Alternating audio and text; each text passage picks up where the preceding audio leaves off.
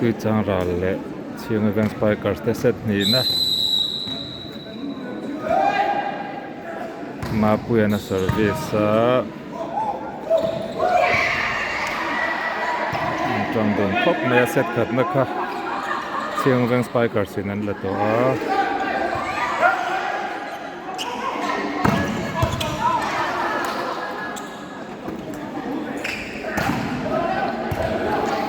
Ching khur đường khóc mẹ ke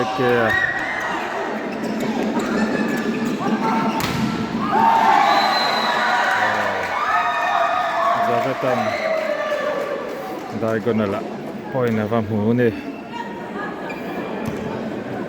khok doi ngin langa ma se out phalo ni tonen setter Davitan service dona Chhinga Veng Spikers tan 1-0 Chhinga Veng Spikers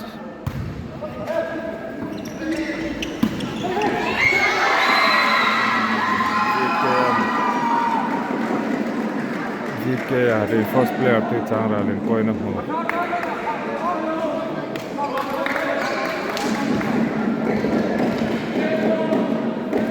Jenha a setter Tuichangral in service dona point 1-1 ani. Yang mona na bodona hian VK first player Tuichangral in Bethlehem tabok mai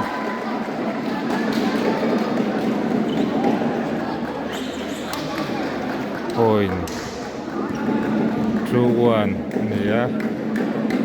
Zeman service le dona Tuichangral tan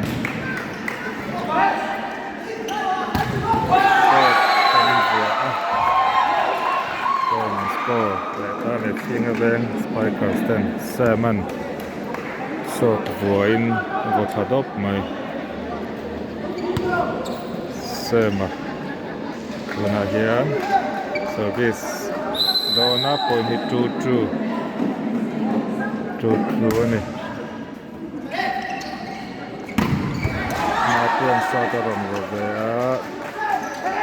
ta hian Zelvia Diam Monana Seta Bangkok maya Zavetan of Lalpa mai Chhinga Veng Spikers lama point kalein 3-2 ani kan khop mai ti sual kon lau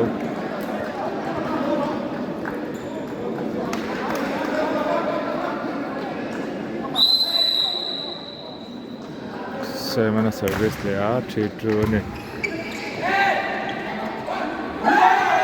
ta ham biak buanan placing ani backcourt ka veng gonga all of them mutlat mai ka che Chhinga Veng Spikers in point an hulea 4-2 ani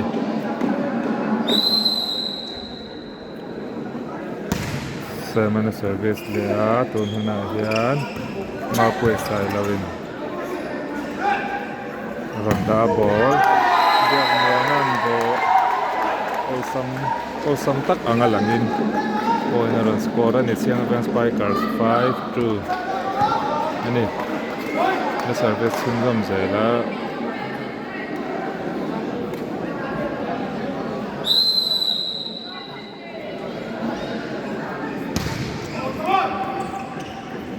ngwe bodon lako sam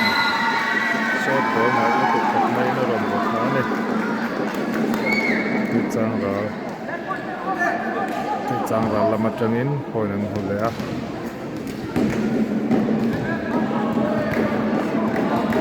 ma puya sai lo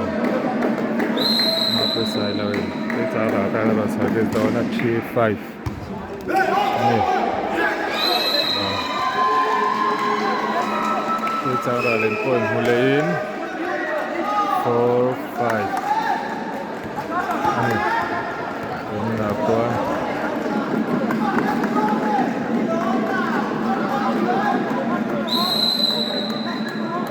ma pui sai lo Tuichangral tan service Zaveta hian avocado down and a place in Lakalawa. Dito ang matagpay le block hange biak naman. Chhinga Veng Spikers la min point hule in 6-4 ani tuna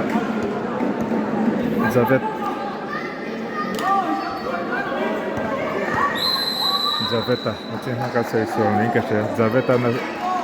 service Chhinga Veng kan kosan hunggang boma tak mai avada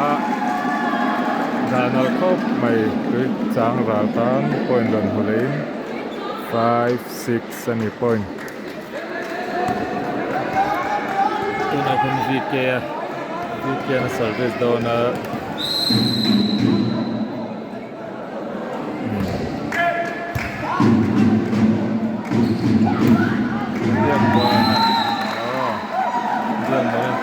score le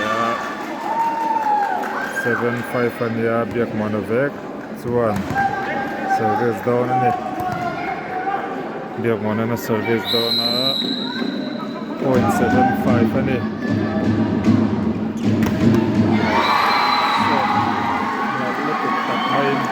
sai te na ron botha Tuichangral la min point an mu ve le a 6-7 ani kon la cosa Tuichangral captain in a service down a chen kana service sola tola tan service so do tabik lo fakte dong khop mai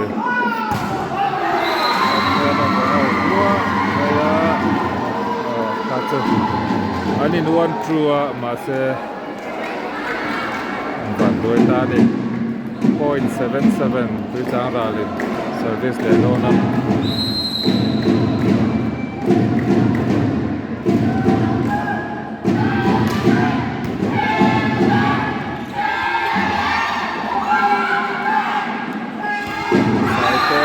taklap maile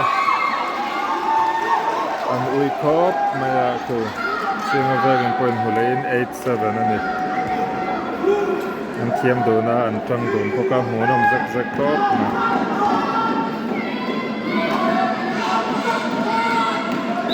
ela service 0.87 ani mapuyan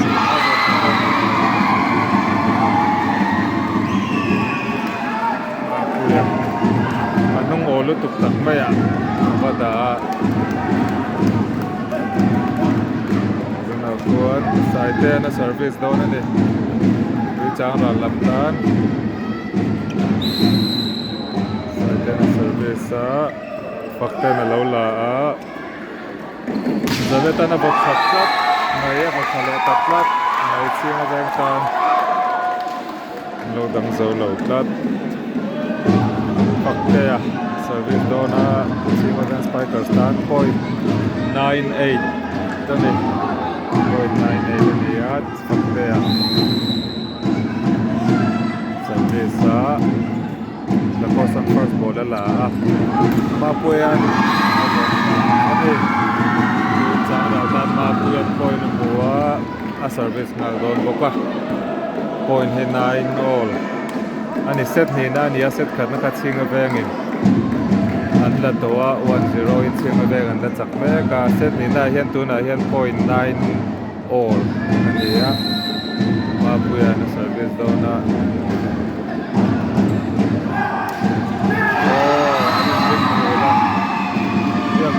Zaveta ani bin kola tang ting chang khao om ve thrin ani Tuichangral in point muin 10-9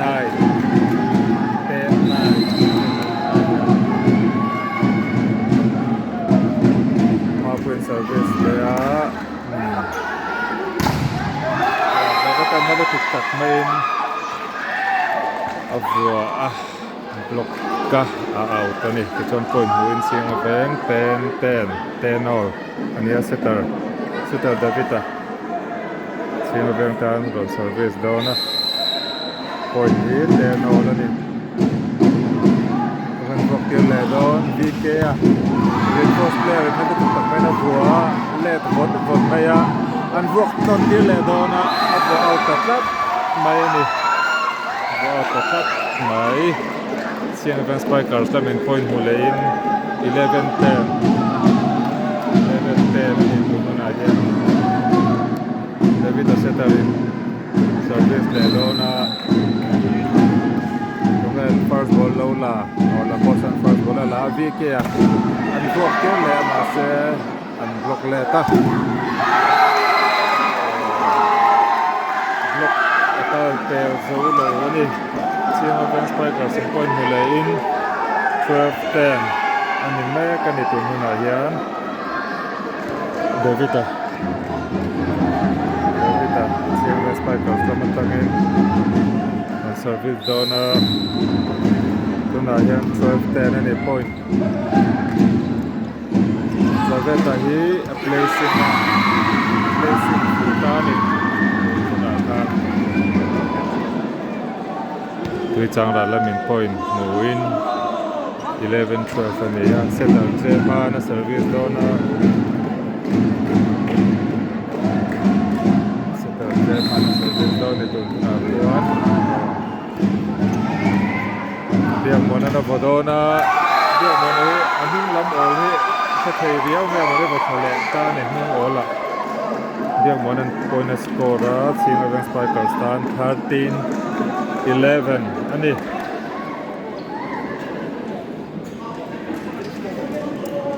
Chhinga Veng Spikers la min tu na hian service 13-11 ani ya VK at buak tir le a Biang mona khutop so na se ball per pui dewa alak thei ta la wani tikso Tuichangral la min point mulein 12-13 ani ma pui sai lawin service dona Tuichangral la min service le dona ni Faktean back court atangin a bua side player na placing le ta tu heo alle Tuichangral lama side player na bua Zaveta na la Faktea back court atangin KK na bodona ni Tuichangral le ka an talawa Tuichangral in point huvele in 13-all and ron ni rual pui ta ani tunat ma pui sai lo service shoot from dona point 13-all ani Tuichangral 13-all ani Zavetan first ball la a Zaveta pokin out volley a antai chatlea tunen tunge volley don Zaveta pokan buak tir le a block ma se elama out patlat maya point Chhinga Veng Spikers in hulein 14-13 ani ya tununa hian Zaveta reinforced player in service dona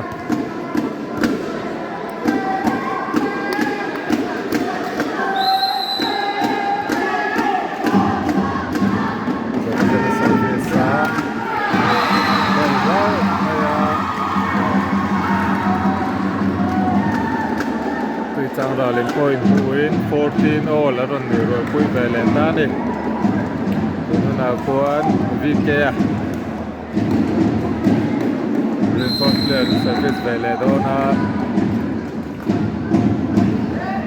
libero in naltakin lama last guard le minaro pata de lam ola per lau me Tuichangral in point win run le pelin 15-14 ani ya VK reinforced player in service vele dona Trangko maya ni tununa hian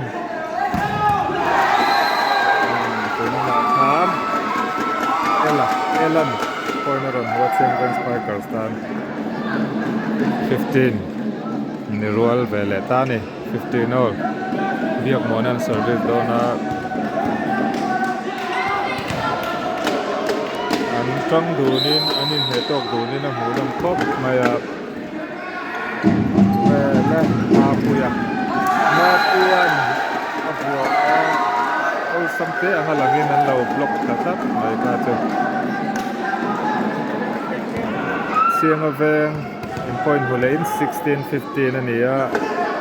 biak mon service down na biak mon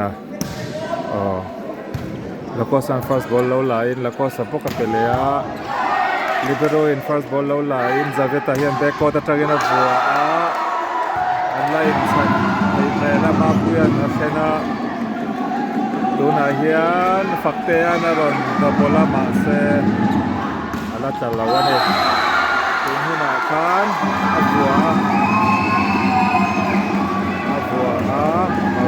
block out first referee na tiya Tuichangral Tuichangral lab in point to win 16 all ani chauta ani 16 all la cosa Tuichangral lam captain service net player Zavetan placing ang Aizawl platform kacho Bethlehem point scoring Chhinga Veng Spikers 17-16 ani tunahan ela wala na service daw na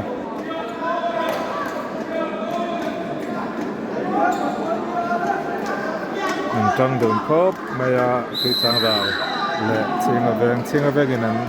service sa first ball ang latiyaw daw na kamapuyan kunan Zavetan back court attacking na volley hela ya hian ano focus man law daw mai thaya na score le ni Zavetan kunan na hian ela pachua win service le daw na Veng Spikers tan 18-6 ani time out Kola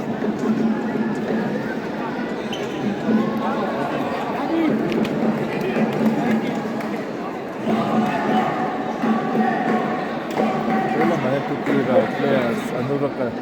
player no money ela mai players le MVA lamte ni in hela ma ya MVA lam kan ko to telection ma fans to te no ma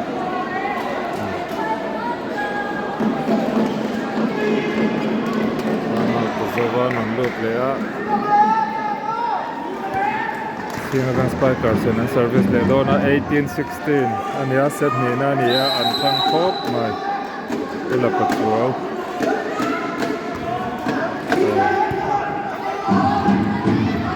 Mapuyan anoma apo nge mane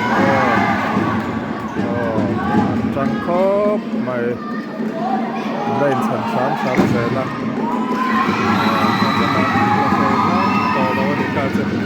Kaya may na-pertui dewa an vai do na akit say na law support sa siya to law dewa niya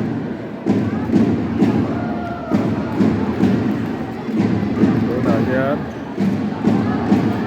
side there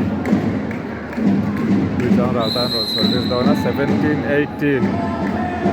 ani Fakten first ball ala Zaveta back what atangin an buak tira Abo out talua maya Tuichangral in Ronnie Rualin 18 all second service le do na 18 niya time out in call first referee nung gamit ko MVA lam kan try to te niya Chunga hian Chhinga Veng le Tuichangral fans tel tak te tang tak te ho an ma hela ma hian khuang lam batu ho te hela ma hian bukan Tuichangral le Chhinga Veng Spikers te an tang ko Tuichangral le na service le do na sai te na service do ni Zavetan first ball la Faktean spike point and score ani tuna khan Chhinga Veng Spikers in point hule 19-18 ani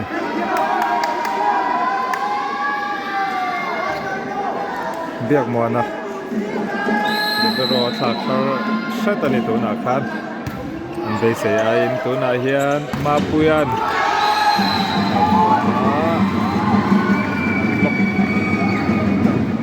luang liam sa ani block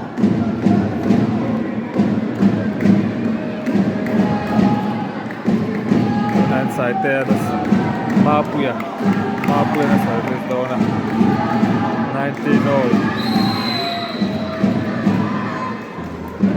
Mapuyan na service sa Zavetan vuak tir dona Adet len tuan zau lawa 2019 in Tuichangral in ban suai meka ini set ni na dia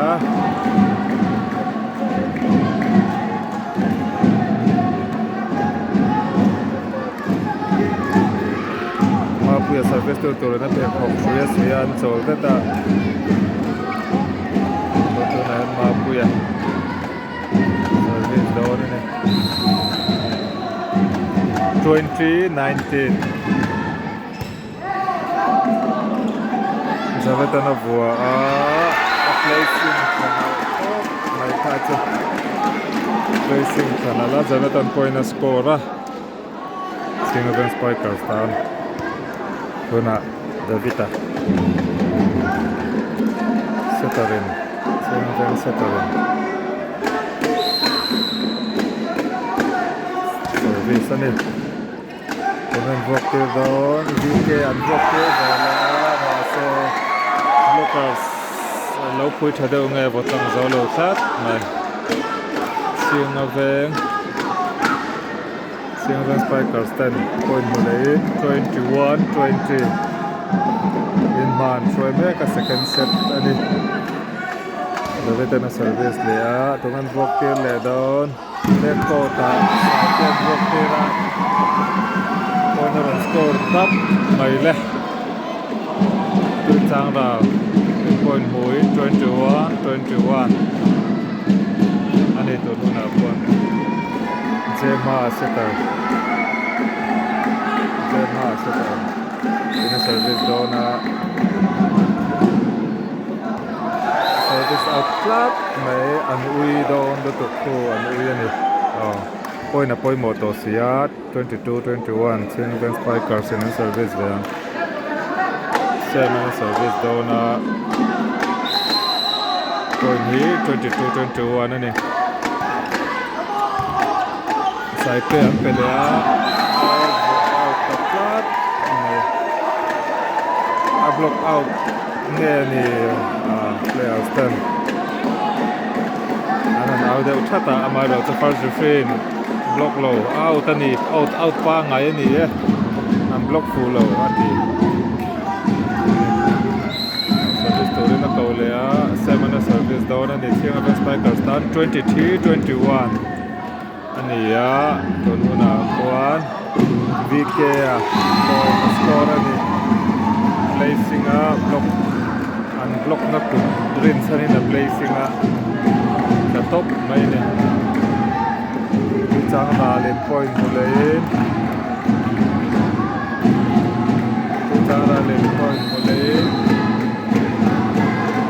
Mapuyan side na service sa 22-23 ni 24-22 in Chhinga Veng in man suaya set point ni ya Tuichangral lamin dan mau dan kola chun set thi an lak le chun Chhinga Veng hian set ni na an la don ti na ni a set khat nan la to boka 2-0 ni dona Tuichangral hian an dan thei chuan 1-all ni ve thung dona ni tun huna hian an trangkhop maya helama hian LPS le MVA lam khoi tu te le commentator ten thua helama hian referee huna MVA khoi tu te le achunga fans ho มีเฟลตักตักเตะฮันโลกัลความบอกกันนี่โซเวตันนะเซอร์วิสตอนนั้นเสียงเรื่องสไปเกอร์สตัน24-22เซตบอยนั่นนี่ตัวหนาเฮียนโอ้แล้วก็สังบาลบอลเข้าจะเป็น first ball อะไรฟูโลตัดลับไม่อะที่จน25-22วินเสียงเรื่องสไปเกอร์สตันเซตนี้นั่นแหละตา2-0อันนี้โอ้ตัวจังหวัดลำพูนนี่ฮอสฟีราคาควรผมเพลนนั้นเนี่ยเรื่องเราเตะกันหันโฟกัสโลกกันละเป็นฮอสฟีควรนี่ฉันโดนเลยเป็นฟรีที่ฮอตตักตัวนี่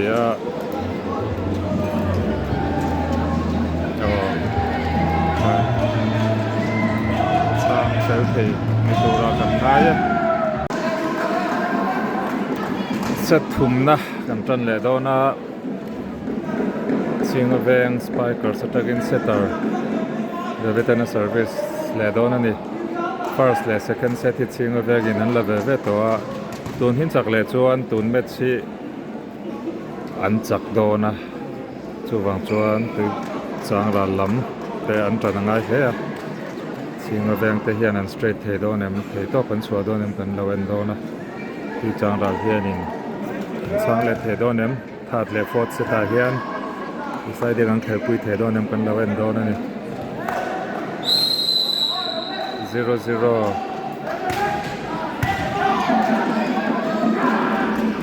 มาปุยันอาบทดบไม่ตุยจางรัลตันอาบทดบไม่เนี่ยมาปุยตัวนู้นอาเฮียนเจมาตุยจางรัลเซตารินเซอร์วิสเวลโดน1 love 1-0อันนี้แต่เห็นตรงกันบวกเกียร์โดนฝักเตะบวกเกียร์แต่เห็นมาปุยนะบอลเลยอาริเข้าประมาณfollow แค่แต่เห็นตรงนี้บอลเลยสายเตะนะบอลตัดหน่อย2-0ตุยจางรัลอันนี้ตุยจางรัล2-0อันนี้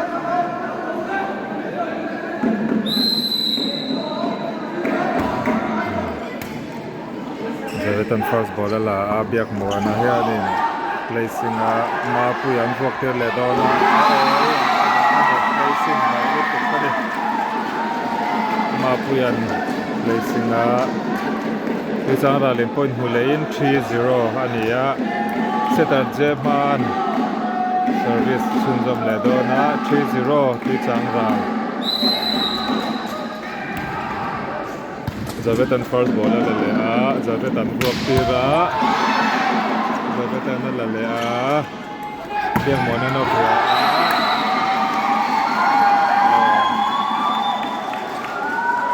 Aku outside, mai Tuichangral lawan comeback thad setahian 4-0. Ia Japan boleh don, service le don First ball here, Ella. Simon, short ball. Tak kena run finish.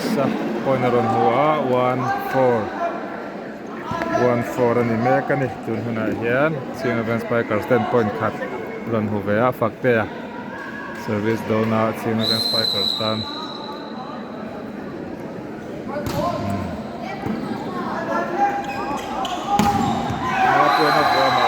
Zavet ale sema block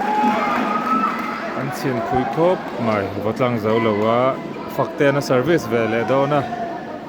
point hit 2-4 ani to me first ball la don kan lo en leang fakte ya 2-4 VKM first ball la ke ta ke la cosa Loka 3-4 Chhinga Veng Spikers lamin poinan hulea faktea service chunjam le don ani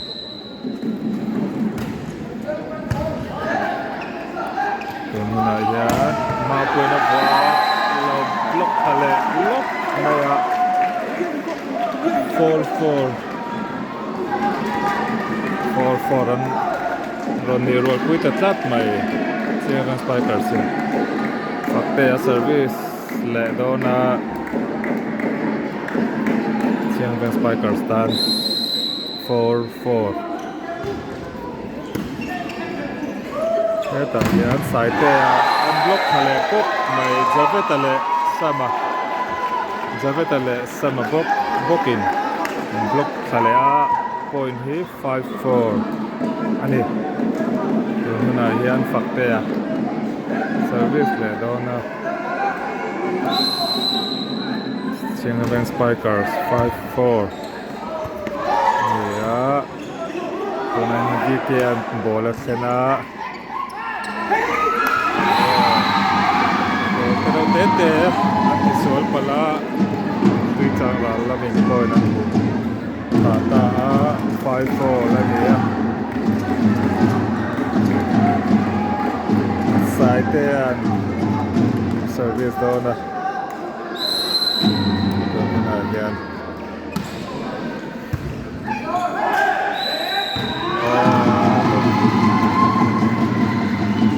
Davita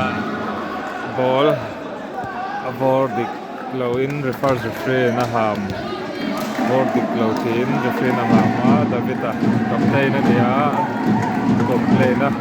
aui ngangane nga pela Poland swati riya la site ya Tuichangral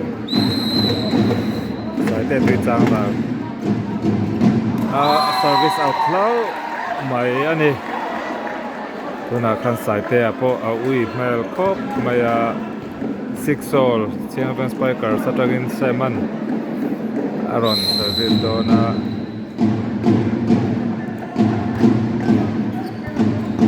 Vikian first ball la he tataken mapu na placing out now maya Chhinga Veng Spikers in point mulain 7-6 ani na yan 7-6 ani ya seman na service dona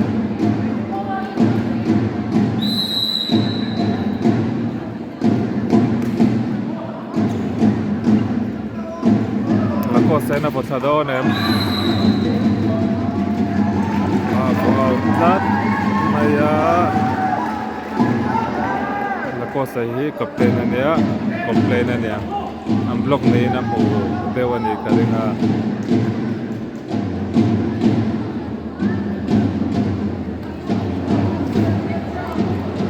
first referee ni Lalpa ang players te fel K-pop maya nung chamoy tak ne nang khela sai mana service le dona 8-6 ani Chhinga Veng Spikers mapuya na placing ela placing vele zaveta beko tante kumyan ti do biak muanan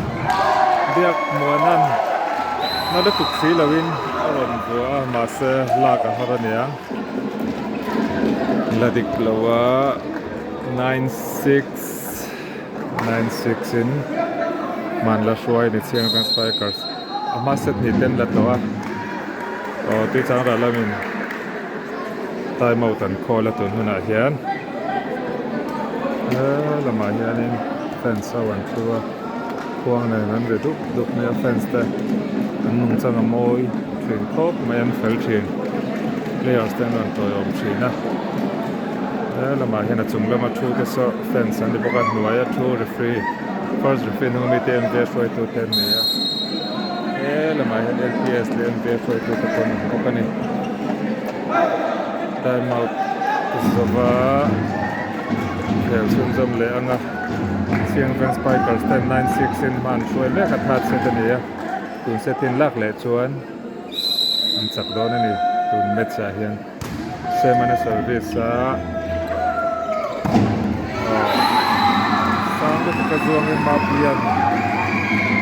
point a score 7-9 point na lua chuaka service chin jong don bokani kang du khop maya let's point mo ta kan ya zanini ma point na service sa 79 zavetan saite avok dok maya Chhinga Veng Spikers loving point an mulea 10-7 anni biak mona na service daw na biak mona 10-7 anni ja saite record na buwa sadok ai 8 nani Tuichangral la min service daw na la kosa kapten ni service daw na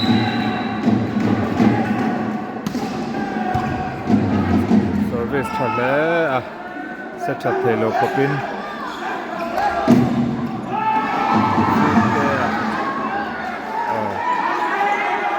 VK an pelea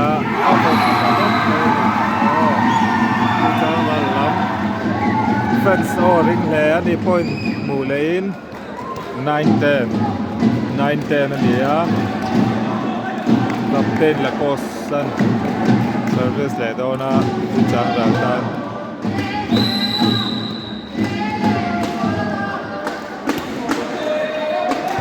first ball fakten la shot ela pachua wena vua laman talaw ani chuan Chhinga Veng Spikers in point hulin 11-9 nia zabina hian tram khop maya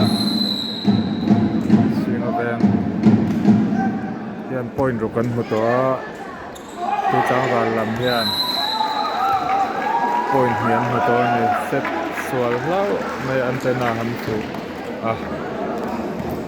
point Chhinga Veng Spikers lamin hulin 12-9 nia zavetan service le dona na hian side ten backward kan map le zavetan placing ke taken high ball zavetan ko yan bona na rot out talaw ai VK placing Tuichangral le point mula in 10-12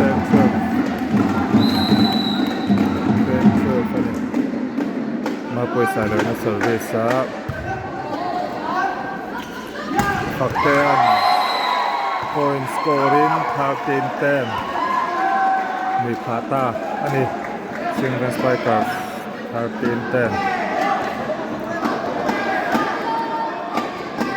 ela pachua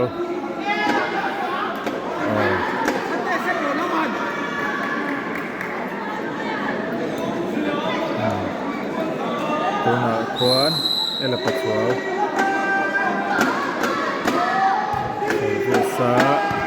service out now maya Tuichangral la men setaran aka tunga set down kan lawan down ani tu per kon ga set down ni la cosa kon ga mani set down tuna hian VK na service down na tunga first ball lo la kan na libero in first ball la tunga back 7-9 zaveta faktea volea la cosa na seta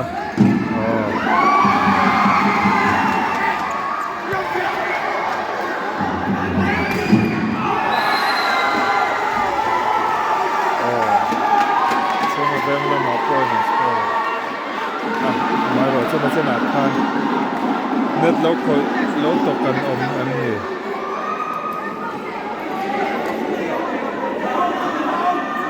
net lim chho deu ang cheloi kha chu in lo mu mai theya kha referee ta pai mu sual ve the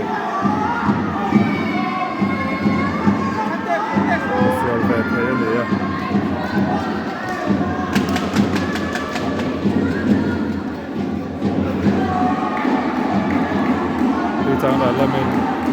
veka point hi kalani chuan anin thau deu lek to do na point khata point mo to suya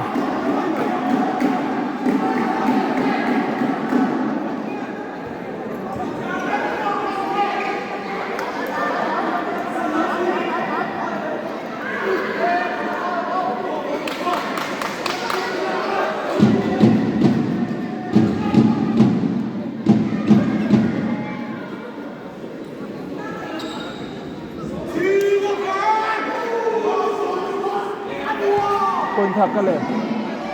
point khắc cái rồi point hi angai nakal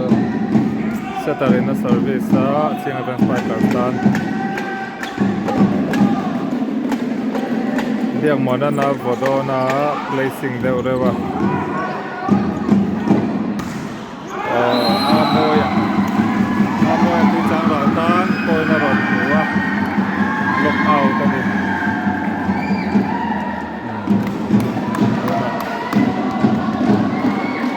amoya 12-14 Tuichangral ni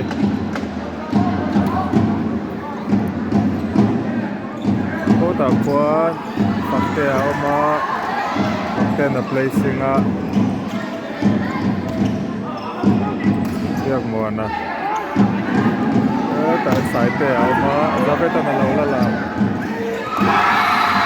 fakte placing na sai te lo chang le ta point man score tu changral 13-14 ni amoya service veledona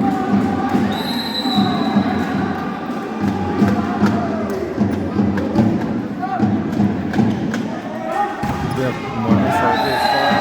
service ke te abwa point an hole ta 15-13 chuan fakte Chhinga Veng Spikers lam service zona point 15-13 ani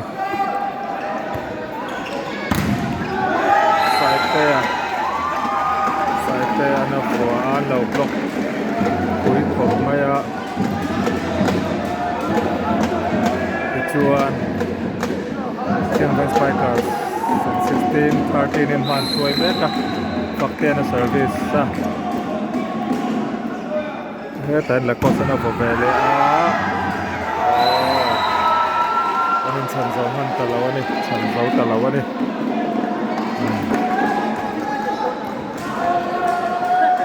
fakte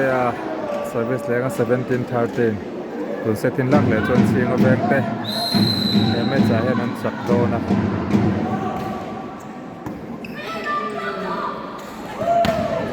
ma puya score Tuichangral tan 14-17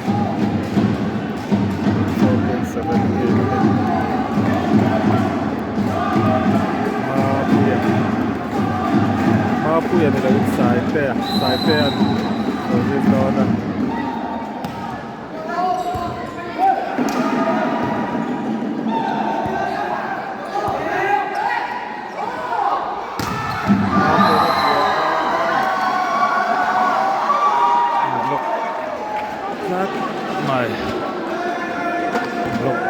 Chatlat katu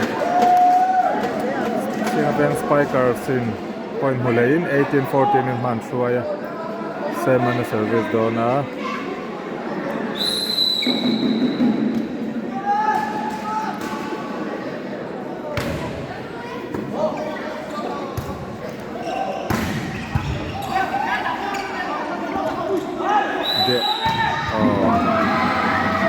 the ball first defend the ball at the Tuichangral in point 15-18 and Mapuya hand service dona so here first ball lo la don and then Mapuya Tuichangral tan service 15-18 ani biak mo nan first ball lo la zabetan si lutuk ang main was a top maya 19-15 อันนี้ตัวหุ่นอาเฮียน1915 in Chhinga Veng Spikers 10มันช่วยแม่กะฟักเต้นลิเบโรรอนทักเวลเลยเรียบหมดในเซอร์วิสดาวนะ first ball มาปุยนั่นละวีเกียนบวกเตะอันบล็อกก้ามาเซเอาตอนนี้16-19 Tuichangral len point mua la cosa captain Tuichangral service down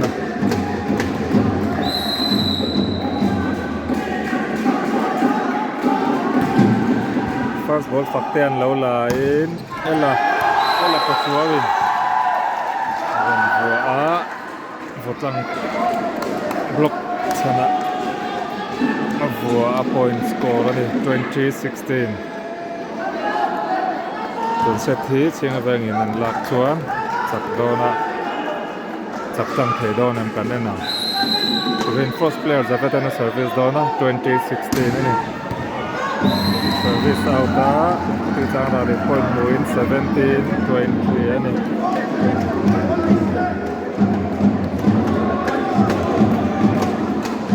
มาเปลี่ยนสายเราที่จางราตานรถ service โดน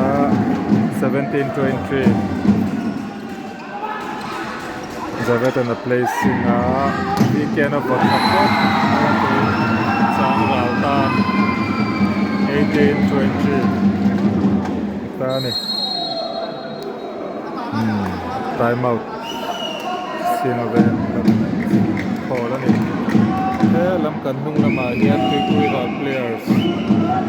อนุรักษ์ระวังและคุย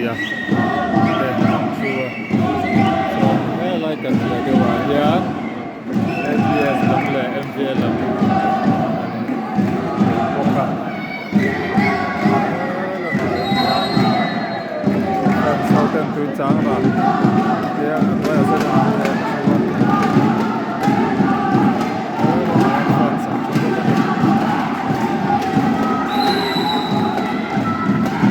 มาเป็นสายเดิน service โดนละเวทนั่นละFaktea a block out flat na 81 point scoring 21-18 in ma Shoya Chhinga Veng Spikers 10 ela pacho in service dona point 21-18 nani third set ani Zema hin to set left 19-21 นี่ที่จังหวัดเฮียนpointเฮียนบุตัวChhinga Vengที่เฮียนpointบุตัวนี่จะมีเกียร์ที่จังหวัดตาตัวสดที่ซาเราจะต้องเซตตัวมาเซตปุ่ม placing ตัวมาplacing atau makan ron mantap ron blok letak itu cara lain point win 20-21 ni fakten first ball lah fakte ana ball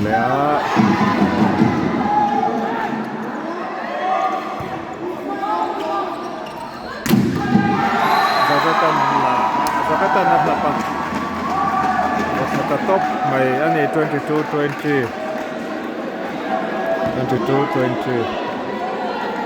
in Chhinga Veng Spikers 10 man Shoya setter Zavetan service down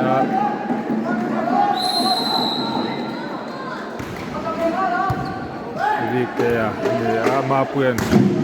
avua fakte na daw lakanga fakte po kapasa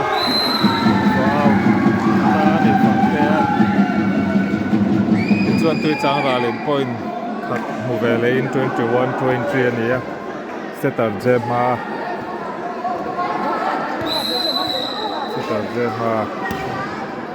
service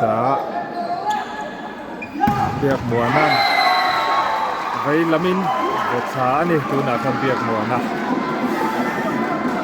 23-21 in ma an suaya time out and call le a tun game hi poi mo pok me tun me chu poi lam ve tan po semi final kong an zo na tura hian tun poi na zir hian til dang lam thei kam tak alo ma chu wang chuan an tang em ani Zarina landa na chon Tuichangral hian fence an da zawk ni na langa an au hi a ring zawk a fence te an fel thin khop mai a halo mama players te pawh an phel a mawi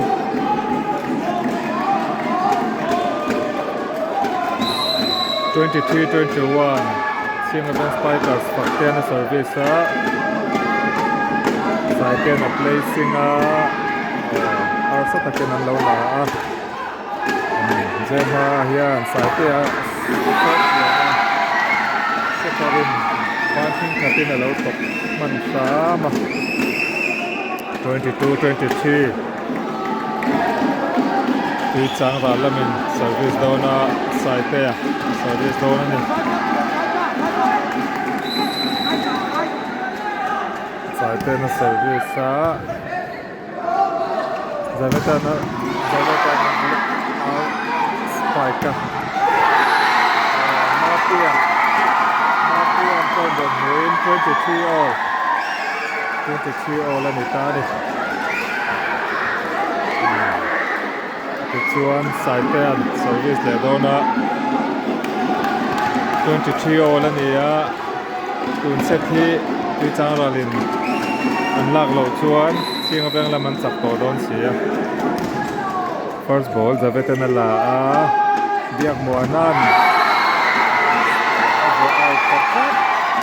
mai ani biak mo na chuan Chhinga Veng lamin time out and call a Tuichangral in for 24-23 in man short net ani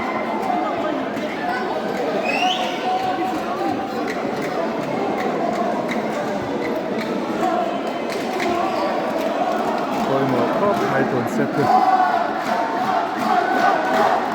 Tuichangral lam on point khatso non tu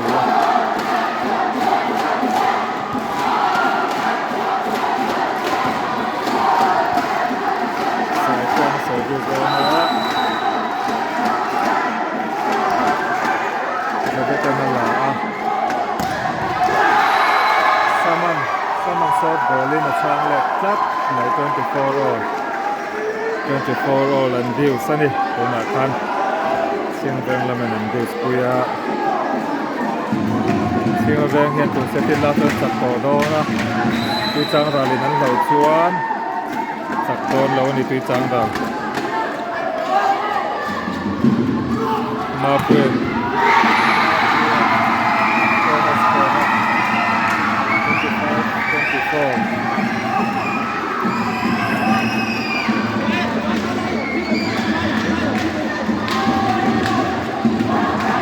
25-24 มาเปิดนะสองลูก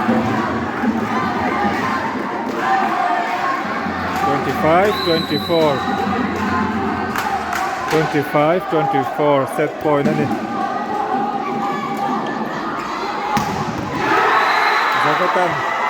Zavetaครับช่างเลตา25 all ดิวปุยและตูริน point on score เลยอันนี้Chhinga Veng lamin na service vele anga biak mo na service daw na 25 all ani a Deus ani point ni humasa zok tun set la tur na Zaveta na placing kaya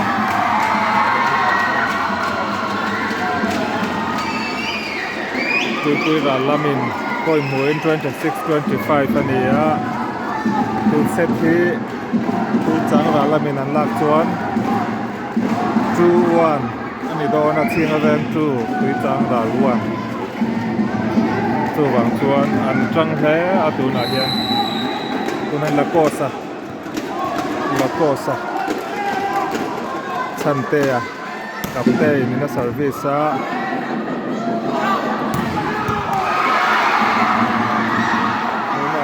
quay sai lâu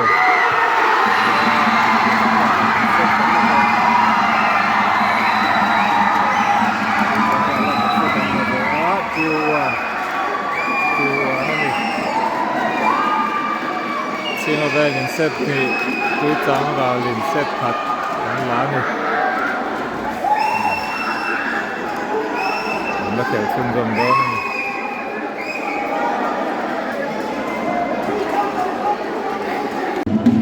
fourth set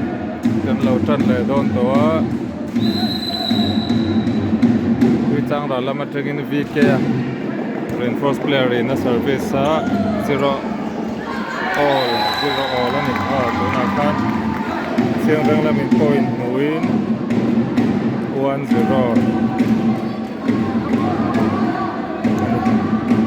set kana le set ni la Chhinga Veng in la set tu la Tuichangral in la set of the vitan Chhinga Veng ta na service VK na la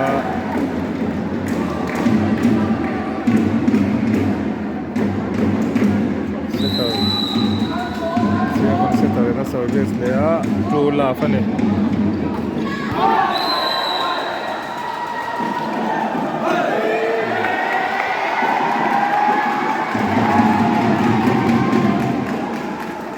first frame block full away na huwa 3-0 ani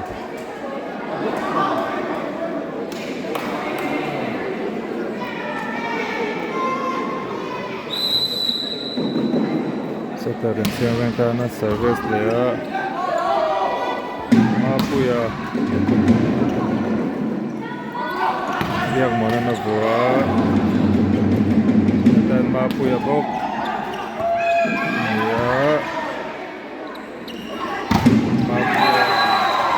sai kem Vengthlang zo lo ani 4-0 in Chhinga Veng man la shuai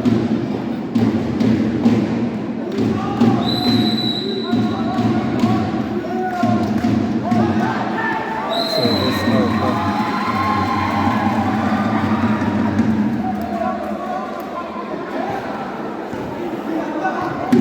Zepa setter Tuichangral do na point 1-4 ani Seven couple to tuck main of out that 2-4 and yeah Zepa setter Tuichangral service Veledona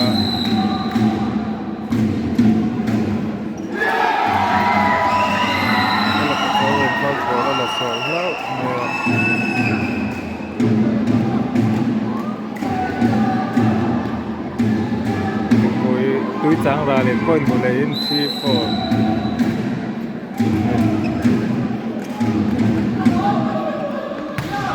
Javetan of support my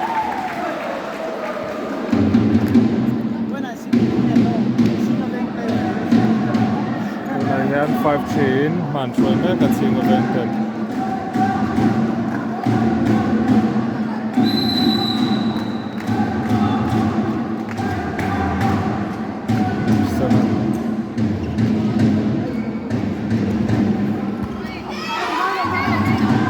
online chana liberal bola chena champe la kosan Javetan of spike puya ahin kelu to batak mai puya na ratna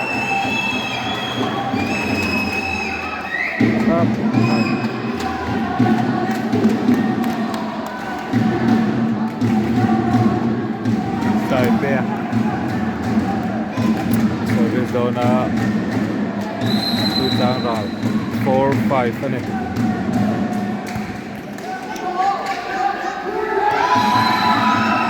Lalpa chuao to lao maya spike man dalawa point Tuichangral lama kalim 5-4 4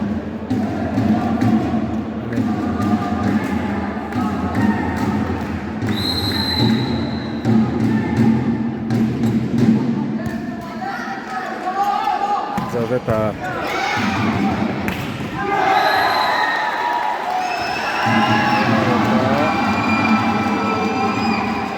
Tuichangral lamin.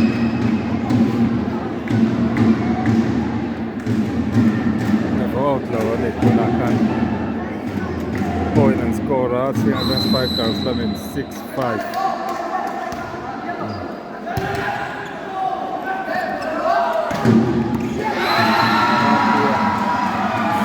Dewa tangin sir dewa aron na disuan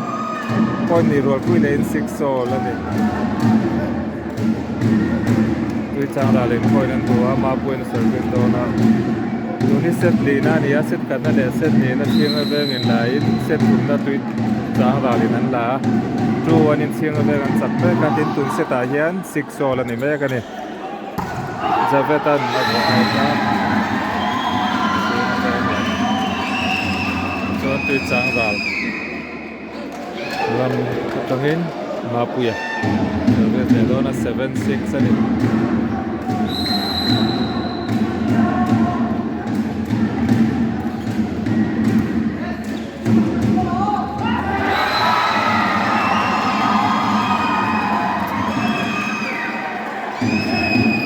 suala Chhinga Veng lamin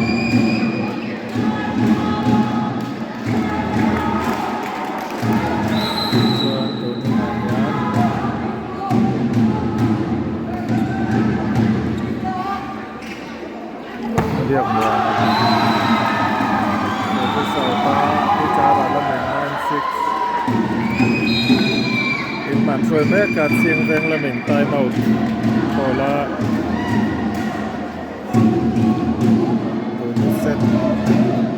set lena dia set kata set lena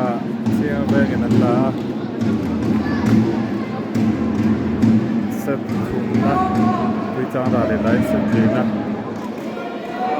hian Tuichangral in la le tun deciding an khel do na Chhinga Veng an chak ro chuan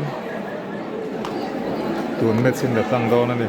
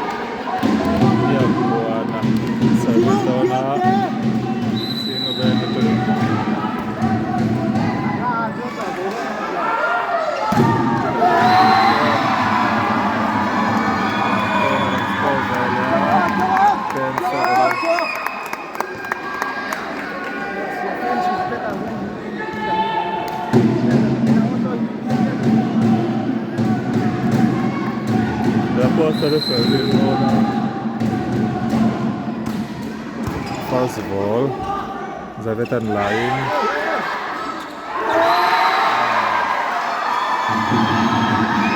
Shot on my. Tuichangral lamin point win 11-7.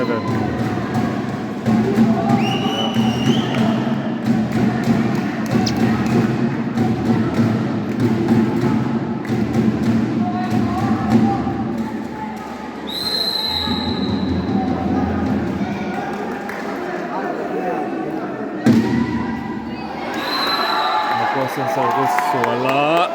service di lower Chhinga Veng Spikers in point lane 8-11 ani gunakan tete service dona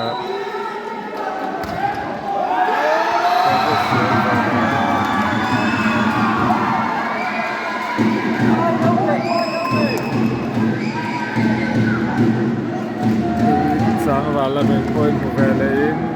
12-8 halfway side of it service dona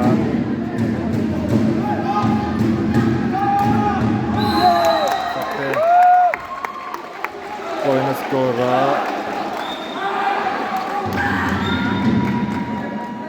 9-12 Chhinga Veng.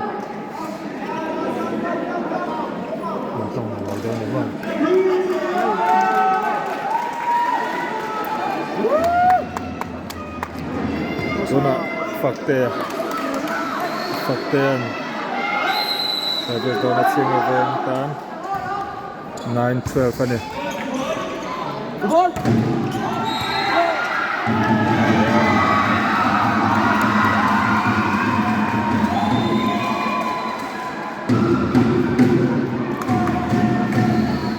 Tuichangral point MVA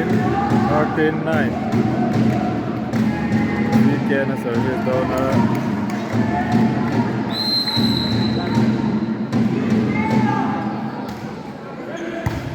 Dia kemana first ball lah.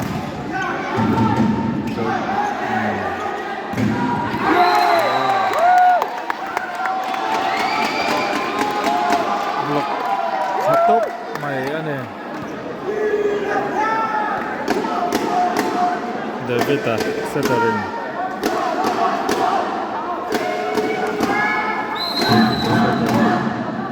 Service down 10-13 ni point.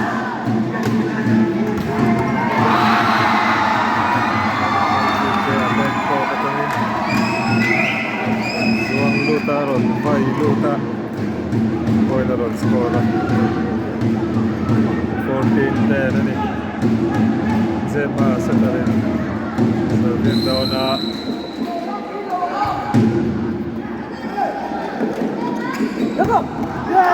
Chhinga Veng Bethlehem. Point MVA Chhinga Veng Spikers 11-14. 7 service down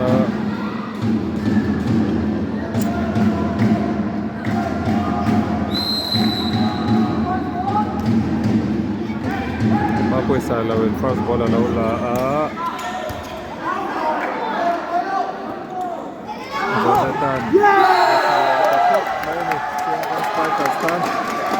Bethlehem point score lea 12-14. Kena ke Sama sampai zona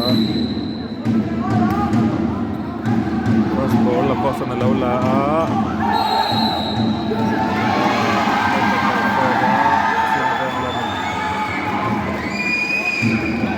Tuichangral lama point kan lane 15-12.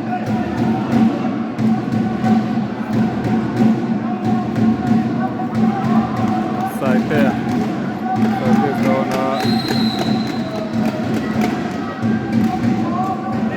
Mizoram first ball la biak muanan bola sena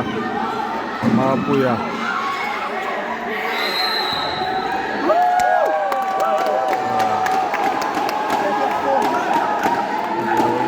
so it in first frame point ni Chhinga Veng lamin win 13-15. Jaga dan service down Chhinga Veng lam.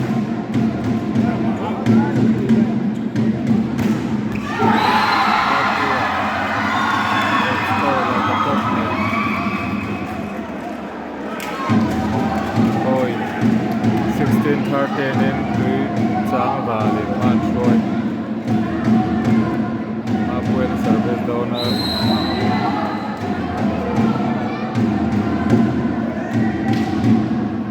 first ball Zavetan placing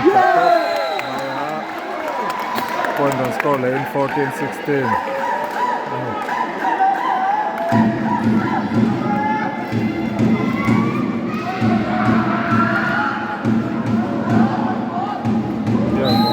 Service down Mapuya first ball Aizawl trap Zavetan first ball Faktea point score to clock mai ketamtian high bola point lane 15-16 ani modern service le dona Chhinga Veng Spikers tan 15-16 นั่นนี่ first ball สายเทนละเกียนเขาสะพกไหมมันแบกโกดละมั้ง point Tuichangral la min hulain 17-15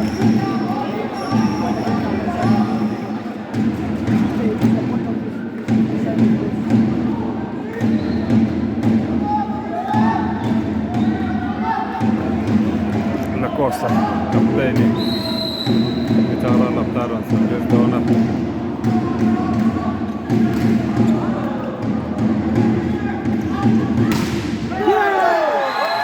point on MVA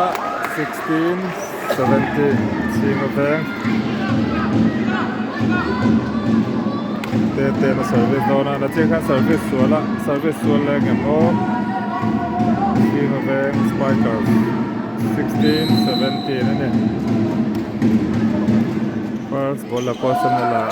ke na bethlehem 18-16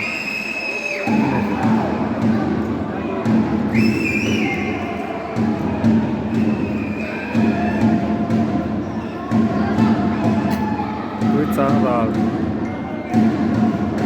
grab min service sanga mapu asai lo 18-16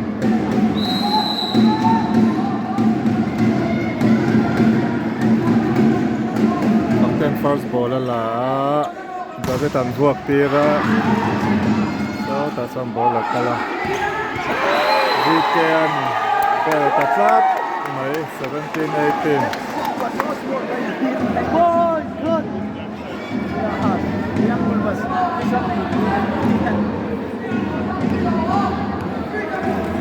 Fakte service dona 17-18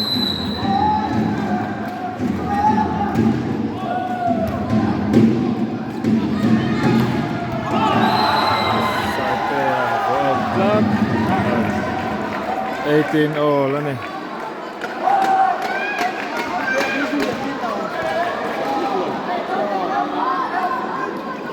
Fakten service le do na time out call le ta ni.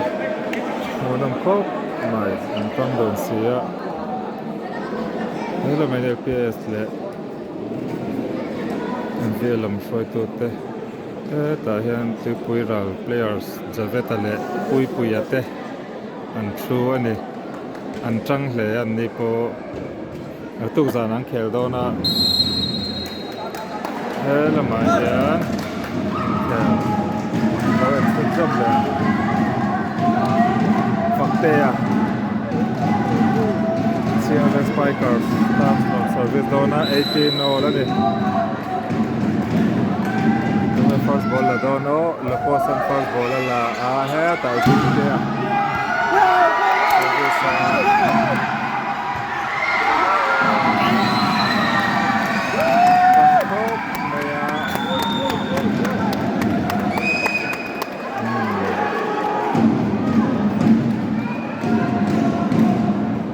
Tuichangral le point win 19-18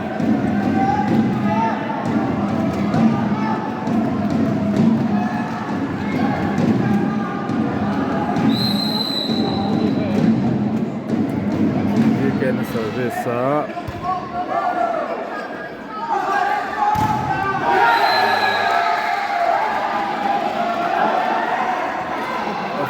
Pop my block master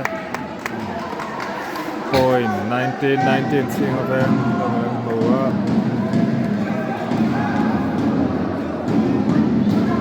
Chhinga Veng Spikers Daveta service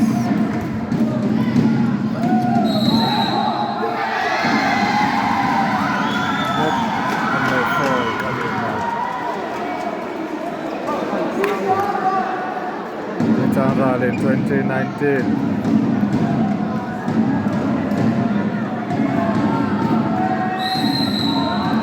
Zema setelah ini service dia di bawah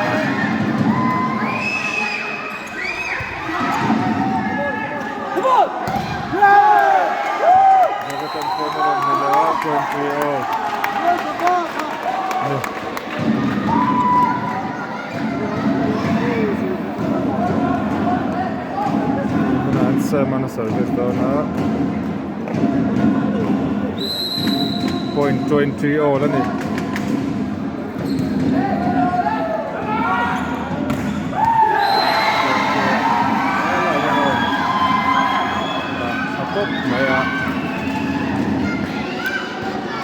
21-20 in Tuichangral maส่วนแรกกันนะสายเตะส่วนที่โดนนะ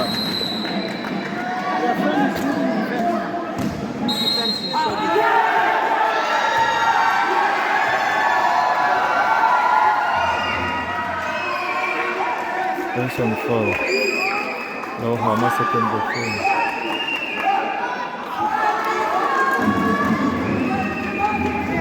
Position แรกละก็เลยควรบวยคัด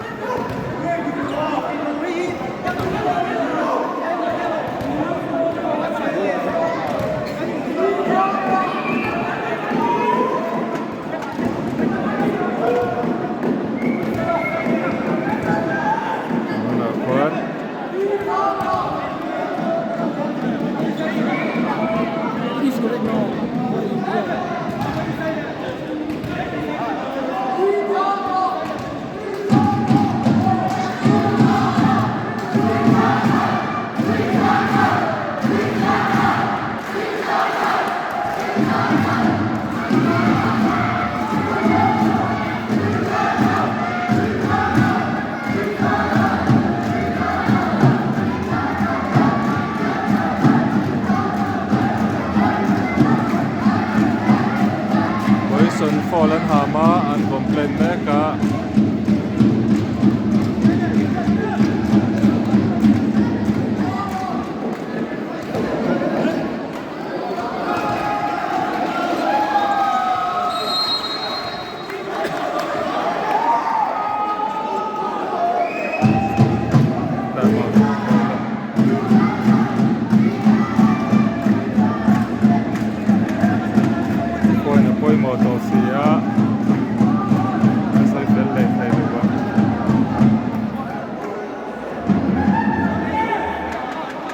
Position low 4 แล้วนี่ชวน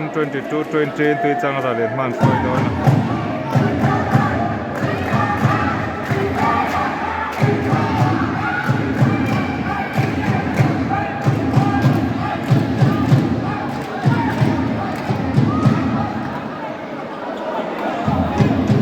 ต้องต่อเสียป่วยหมดต่อเสีย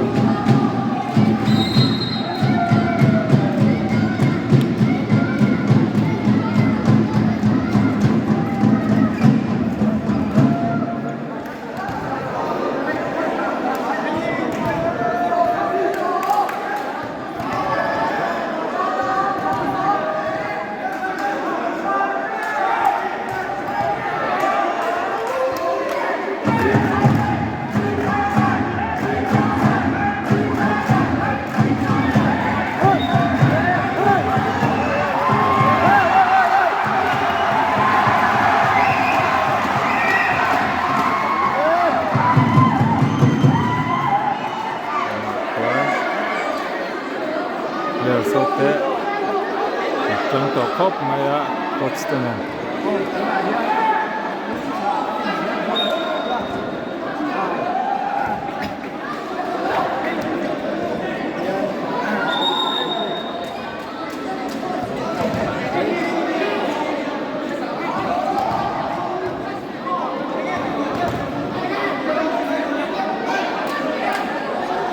Suelti meno!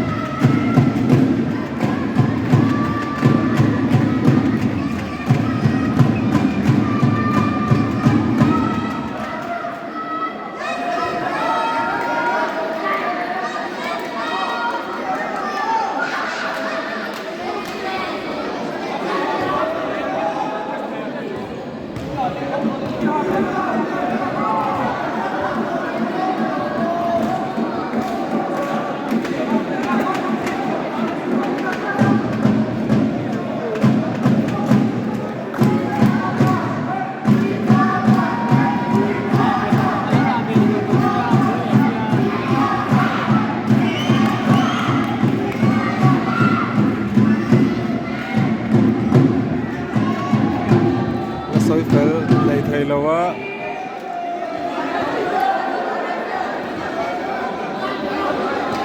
an lo fall ani chuan 22-20 Tuichangral in han hruai dawna common ball an lak chuan 21-20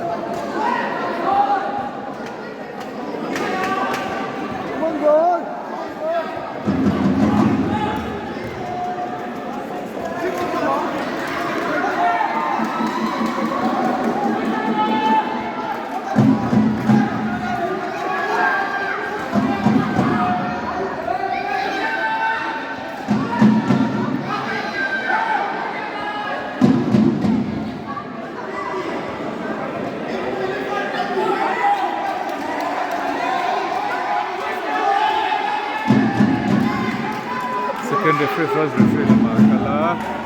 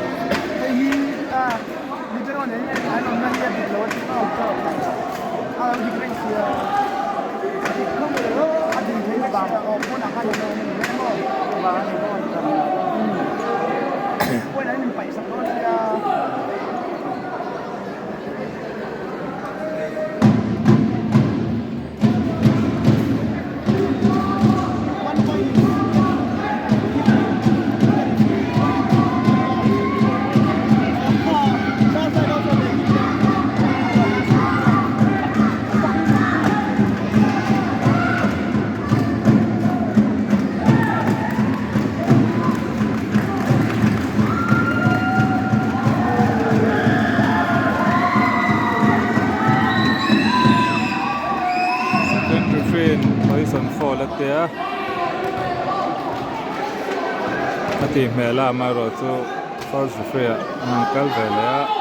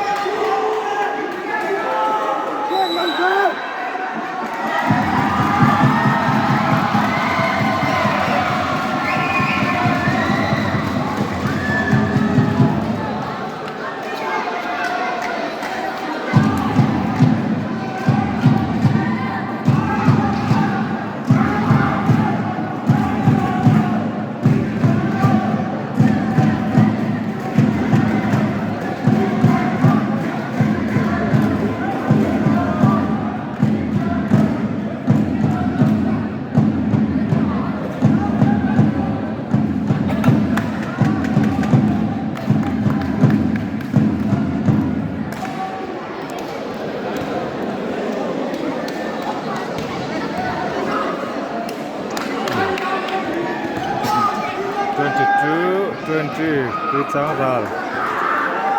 service donor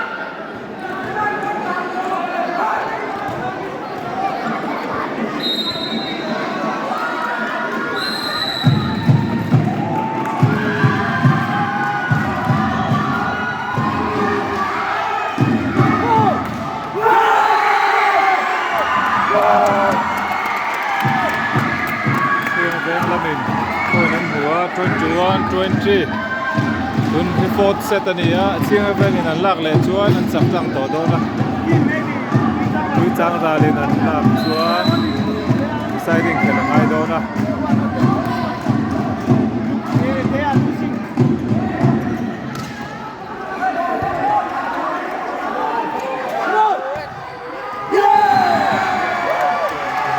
Book 9 point an hula ta 22 all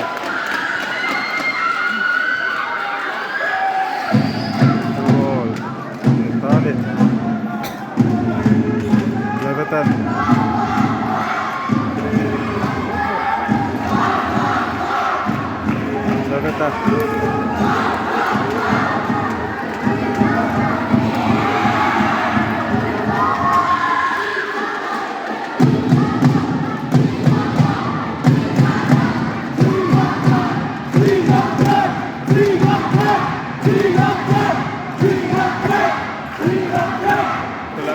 phải lệ Kota lâu nào đâu à the Bethlehem service down up point 22 all ani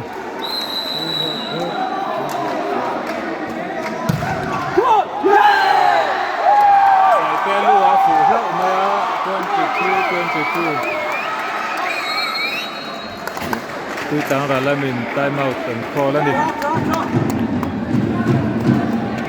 Pui ram players te ni la mai kamala mai hian Chhinga Veng fans te no ma Chhinga Veng la mai point ti chia an ti ni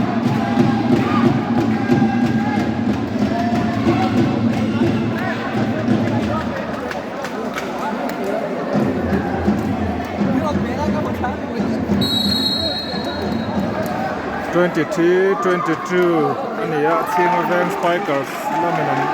service le dona Zaveta service dona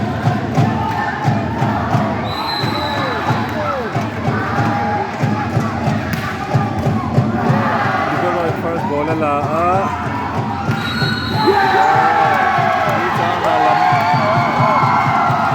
fall ho mayani attack line of a palchat maya set point match point ne tani Chhinga Veng